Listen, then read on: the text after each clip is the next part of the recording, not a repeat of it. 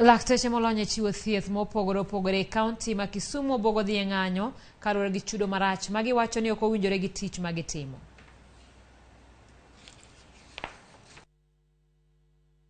Kawang'iyo numbers ma wan gi dakteche ma specialists ma pok obedo promoted for 13 years. E mano miyo wawacho ni koro wadwa join the government a strike magisebedo ka gintie for those 13 years. Waneno gimano timre e hospital mar Ahero gi Muoroni ma the sole reason mane hospitende go ochiegni lor en wach mar shortage of staff.